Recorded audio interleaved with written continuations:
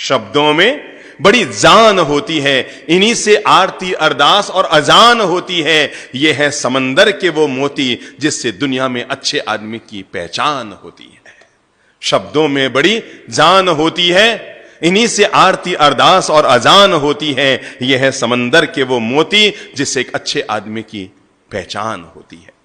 अपनी बात आगे बढ़ाऊं इससे पहले एक बड़ी प्यारी सी घटना कहकर मैं बात को आगे बढ़ा रहा हूं। कहते हैं एक वयोवृद्ध संत बीच सड़क पर बैठे थे और बैठे बैठे भगवान का भजन कर रहे थे, सड़क के बीचों बीच।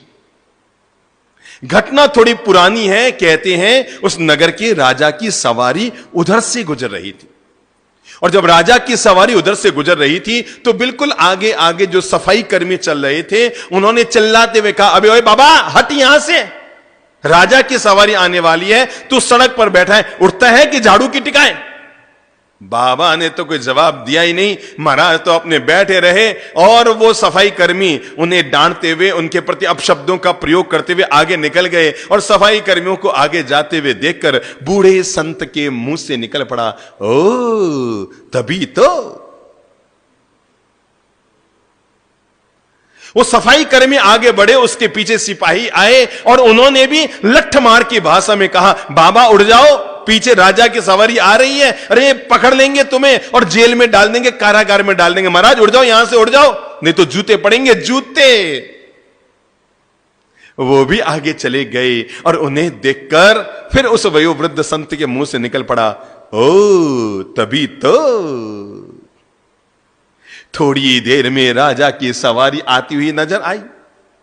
आगे आगे मंत्री चल रहा था व्यवस्था के लिए, तो उसने महाराज के पास आकर कहा, महाराज नमस्कार, मैं आपसे अनुरोध कर रहा हूं, पीछे राजा की सवारी आ रही है, आप थोड़ी सी तकलीफ करके सड़क के किनारे बैठ जाओ, और जब राजा की सवारी निकल जाए तो वापस सड़क पे आके बैठ जाना। अगर आपकी इच्छा है आपको बीच सड़क पे बैठना है, नो प्रॉब्लम, पर आप थोड़ी देर के लिए सड़क के किनारे बैठ जाओ, राजा की सवारी निकल जाए तो बीच में बैठ जाना, कहीं राजा नाराज हो गया तो मुश्किल हो जाएगा आपके।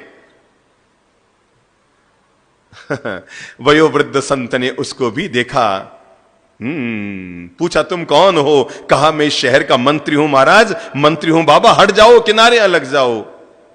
संत ने मंत्री को आगे गुजरते देखकर कहा, ओ तभी तो।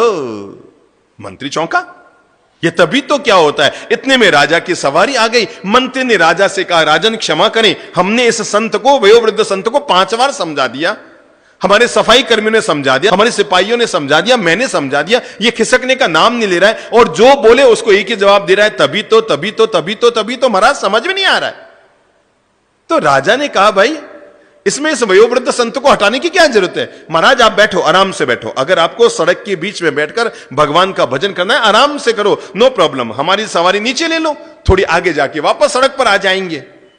राजा की सवारी यूं नीचे उतरने लगी, कच्चे रास्ते की तरफ जाने लगी, सड़क के नीचे उतरने लगी, और उस वयोवृद्ध संत ने राजा की ओर देखकर कहा, ओ तभी तभी तो। मंत्री ने कहा, महाराज सवारी रोकिए, इस वयोवृद्ध संत का बात समझ में नहीं आ रही है, ये सबको एक ही डोरी से हाँक रहा है।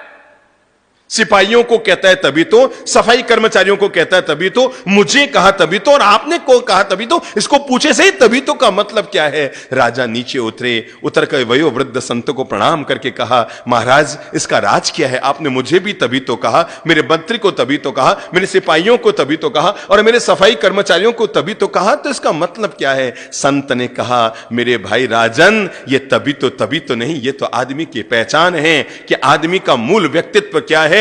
तुम्हारे सफाई कर्मचारियों को बोलना नहीं आता था, आते ही हो हल्ला चीख चिल्लाहट करने लगे, मुझे कहने लगा उठो यहां से, भगो यहां से। मैं समझ गया इनको बोलना नहीं आता, तभी तो ये जीवन में आगे नहीं बढ़ पाए, केवल यहीं के यहीं रह गए महाराज। और आपके सिपाही आए, वो भी चिल्लाते हुए बोल रहे थे, मुझे तब महसूस हुआ आखिर ये लोग जीवन में आगे क्यों नहीं बढ़ पाए, क्योंकि इनको बोलना नहीं आता। लेकिन मंत्री ने आकर हाथ जोड़कर कहा, महाराज किनारे बैठ जाओ, मैं समझ गया इसको अदब से बोलना आता है, तभी तो इसको ईश्वर ने मंत्री बनाया। लेकिन महाराज आपने आकर तो साबित कर दिया मेरे तभी तो को, क्योंकि आपने आकर जैसे ही कहा ना कि महाराज को क्यों उठाते हो, सवारी नीचे ले जाओ, तो मेरे मन में आया तभी तो भगवान ने इसको राजा बनाया है, क्योंकि उसको पता है दूसरों के साथ क्या व्यवहार किया जाता है। बात तो पूरी हो गई। लेकिन हम सभी के लिए जीवन की एक महान प्रेरणा इसमें छिपी हुई है, और वह है कि आदमी की जब भी पहचान होती है, न तो सुंदर चेहरे से पहचान होती है, न सुंदर आभूषणों से पहचान होती है, न सुंदर पहनावे से पहचान होती है। आदमी की जब भी पहचान होती है उसकी सुंदर जबान से होती है।